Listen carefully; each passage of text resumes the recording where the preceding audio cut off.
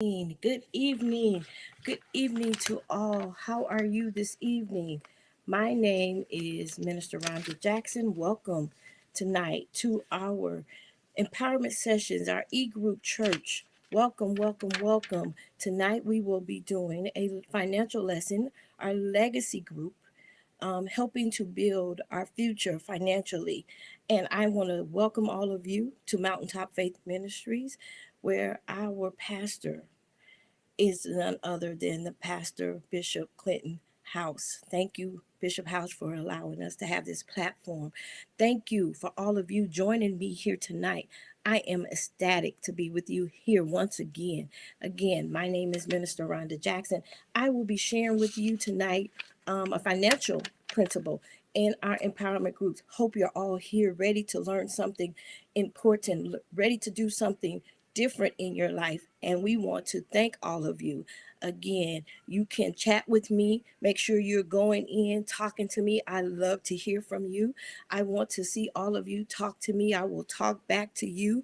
I hope that we can make this a very profitable time for you as well. So let me get started here. I want to remind you of what we've done on the last 2 weeks. Hopefully, you have been able to join me. If you have not, no worries. The reason why we're excited about this e-church is because you can go to whatever platform you're joining me on and go back and look in our timeline. Go back to the first 2 weeks, 3 weeks of February, and you can join us. You can watch the series and you can join with us. Hopefully, I will give you a little of our information so that you can catch up. And if not, please go back and revisit the services. Go back and watch what we have said and what we've done. Okay. So, first of all, on February the 13th, I was here with you and I taught from Matthew 25. Our lesson was about the talents. There was a master who had given his servants some talents. And I want to just share with you what that lesson was about was capacity. Because if you haven't read it, go right over after we get off here, read Matthew 25. In the story, the master left one with five, one with two, and another one with just one. But the basics of that lesson was that we all have a different capacity. Some of us only have capacity for five. Some may only have the capacity for two. Some may only have capacity to one. But whatever it is, the goal and the thing that you're supposed to be doing with whatever is given to you is increasing, not hiding it, not burying the talent. But you should go out and do what you know how to do with what you have been given and bring forth an increase. Okay? So that was February 13th. That was our first lesson. The second lesson that we had together, believe it or not, just last week, was also in Matthew 25, and we discussed the talents. After the talents was the principle of the virgins. There were 10 virgins, 5 that we deemed to be wise and 5 that were foolish. And that principle that we learned was planning. Okay, so we had capacity and then we talked about planning. In financially, each and every one of us need to plan for our lives. And when you don't properly plan for your life, then you may not reach your desired goals. So see, there were 5 virgins that properly planned for what they had expected, and that was to meet the bridegroom. And when the time came, they had enough. They even had, more to put into their uh, wicks and trim their wicks and to add the oil to their lamps and be able to meet and greet the bridegroom. But there were 5 that did not prepare, did not bring enough oil. And when it came time, the wise did not share with them, which they should not because they planned for themselves. And they had to go out and try to get more oil, and therefore they missed the bridegroom. So that shows us when you don't prepare, when you don't plan, then you will not reach your desired goals. So hopefully meeting me here on Mondays will help you get prepared. So we got capacity and we have planning. Tonight, I hope to combine the two and add a third part with that. And hopefully, the first two lessons will help you chart out what I call a course of success, right? So if we know our capacity, I don't want you to do more than you're capable of, and then we do the proper preparations and planning, then we should be able to ultimately reach that desired goal. Okay, are you with me? Are you ready? Hopefully you bought you some paper and a pen or a pencil, and you are able to take down some notes. Again, please reach out, let me know. We have many people here that's waiting to hear from you at our e-church. We can go to e-church at mfmnv.org and always reach out to us and get more information, or here with me at Legacy at mfmnv.org, and someone will be waiting to give you more information.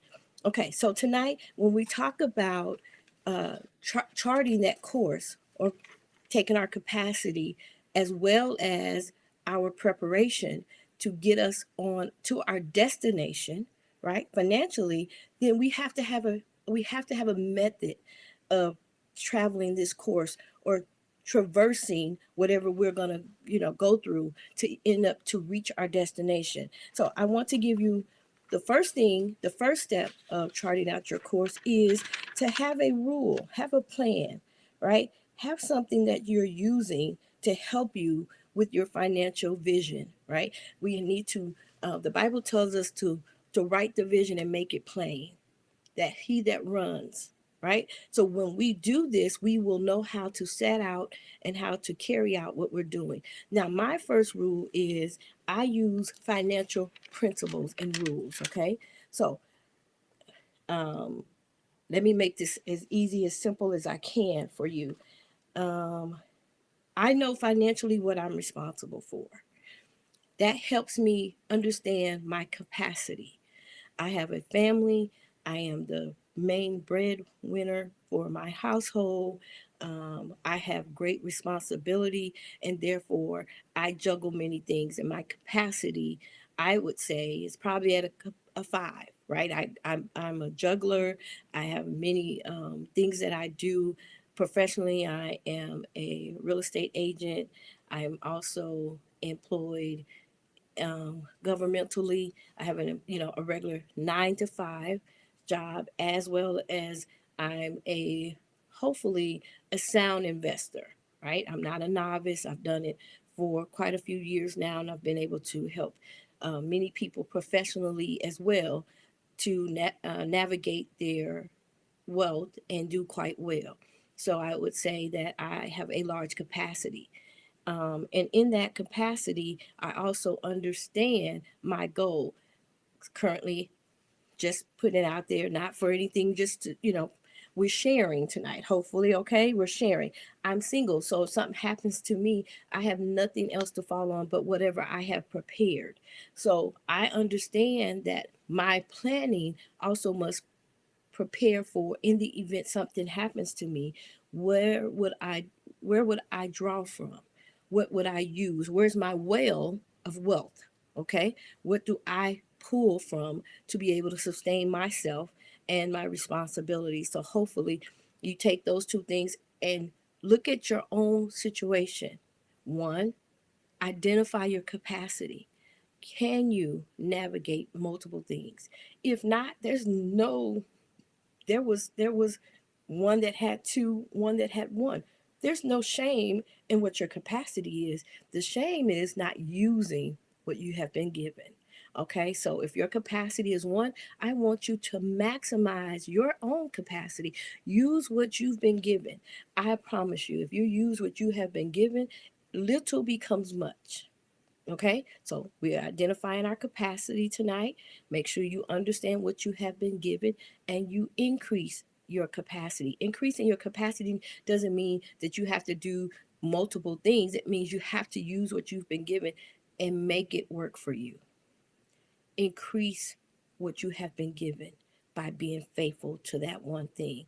Those two things, whatever your life holds, be faithful to those things that God called you to.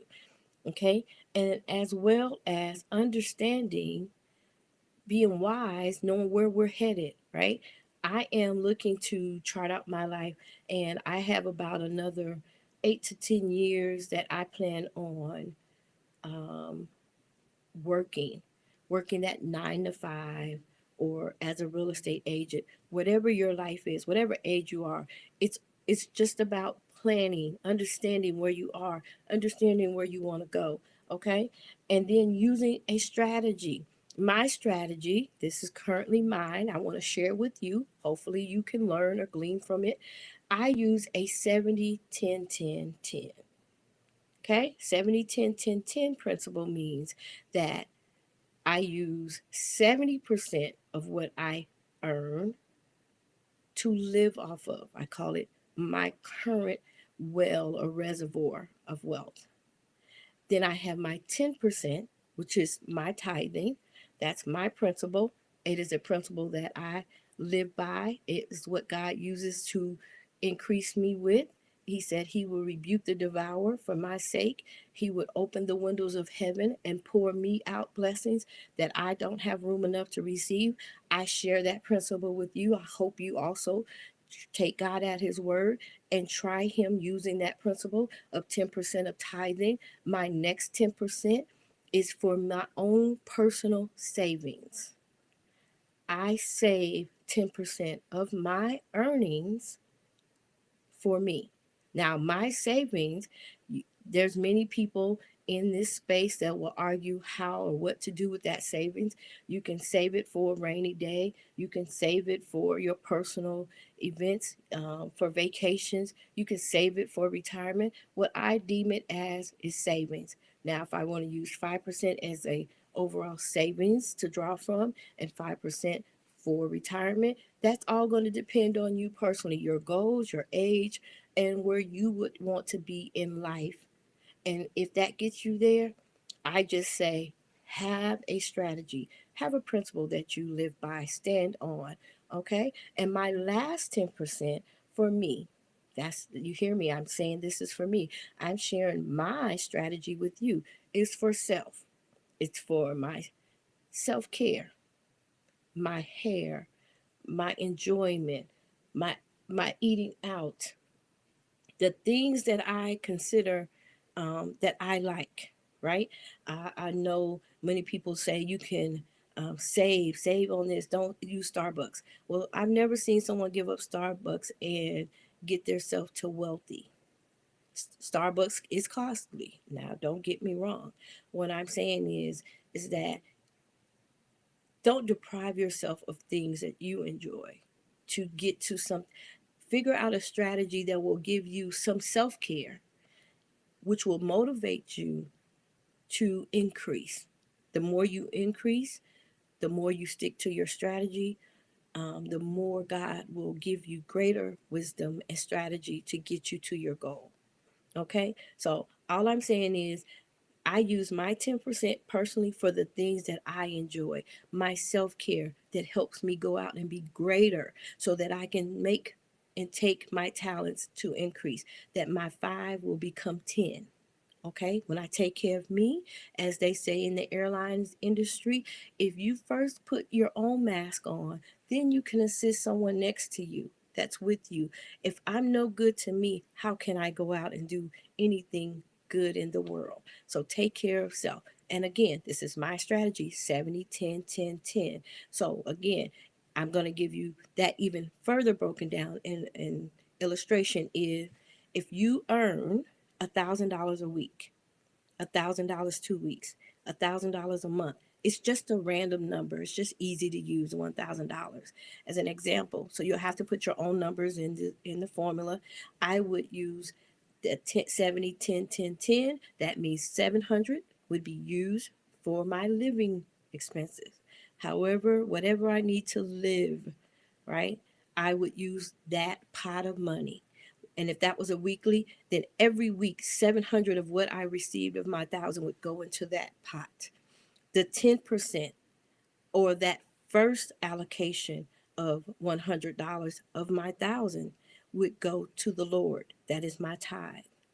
My next 10%, that $100, would be put in savings or retirement or whatever you deem as however your principles go. This is me again sharing my strategy with you. And my last $100. So that would be 700 for my living, 100 for my tithe, 100 for my savings, and 100 for myself for self-care. Okay? So if that was my weekly amount, my monthly amount, my bi-weekly amount, those would be the pots of money that I would use to draw from. And those would be the my strategy to keep me on course to reach my goal. Now, my goal is to be stress free in retirement. What does that mean? That means that my course is charted where I will be out of debt, owing no man anything but love, and I will be able to enjoy my life stress free. I don't have to have millions and billions in the bank because I understand there's a responsibility that comes with having those things. The more you have, it's the Bible tells me, whom much is given, much is required. So I know we often say, I want to be a millionaire, billionaire, and great. I love it. I will say I join you. Just know there is a responsibility that comes even with that. So, too much who is given, much will be required. All right? Okay. So, we've come up with we must have a strategy, right? We have to set our course, and we have to understand there's a way that you get to your destination. You're going to have to chart it, and that's how I've charted my course. I use the 70-10-10-10 principle. I shared mine with you. If you have a better strategy for me, put it in the chat. Talk to me. I want to see those strategies. I want to hear what you're doing to get you to your greater days, to your goal, to your wealthy place, whatever you want to name your destination, to the finish line. I told you mine is just to be carefree, stress free in retirement. When I retire, my retirement will be a carefree, stress free time for me. I won't owe anyone anything but love, and I will be able to enjoy that season of my life. So, hey, I know what you're saying. That number you threw out, that may not be enough for me to live off of. That 70%, well, I'm going to tell you this. That my strategy can be adjusted. You may have to live off the 85-5-5-5 for now. See, we all come into this at a different time, and we all have made different choices. You may have exercised some things in your life where you have overextended your lifestyle, and you may need to rein that in. What I'm going to tell you is, God knows. He wants you to be honest with him and honest with yourself so that he can help you come up with the strategy and chart your course. I promise you, if you stick to a course and a rule for your own life, he will get you to your finish line. He will increase you. And as you go, you'll be able to stretch yourself. You'll pay down some of those things that you overextended yourself in. And eventually you may get to the 70-10-10-10. Hey, who knows? You may be at a 50, you know, who knows? I don't know. And it's up to you. I just want to help you come up with your own course, charting it out so that you have it a written principle for you to follow. Okay? So now that we have charted our course, we want to set a financial goal for 2022.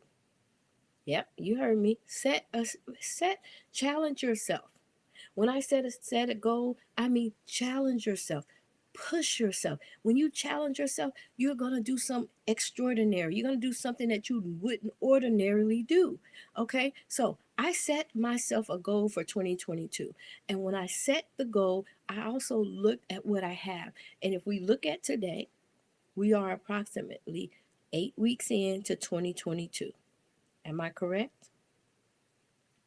Yes. So that gives us about 44 weeks left in this year. Hey, if your goal is um, I'm going to save an extra $2,500 this year because next year I want to buy myself a house or a car. I'm going to save an extra. So not only am I going to live off the 70-10-10-10 rule, but I'm going to do something extra. I'm going to take an extra percentage. So if I give myself 10, I may take my self-care down to 8 and keep the 2. I may pick up a side job, a side hustle, right? I may say, I'm good at what I do. I'm going to do some consulting on the side. And the money that I earn will strictly be saved and used to pay down debt, right? You want to give yourself a financial challenge. I'm going to do a no spend weekend. Have you ever heard of that? What's a no spend weekend, Minister Rhonda? Well, that means I go from Friday at sundown until Monday sun up and spend nothing. I don't get gas. I don't go shopping. I don't do anything that costs me any money. To entertain myself, I do what is free. Take a walk in the park. I use what I have in my home as my entertainment, as my food, as whatever. I spend no money. I get to see the city. I get to enjoy the sights. I spend time with friends. I go check on loved ones.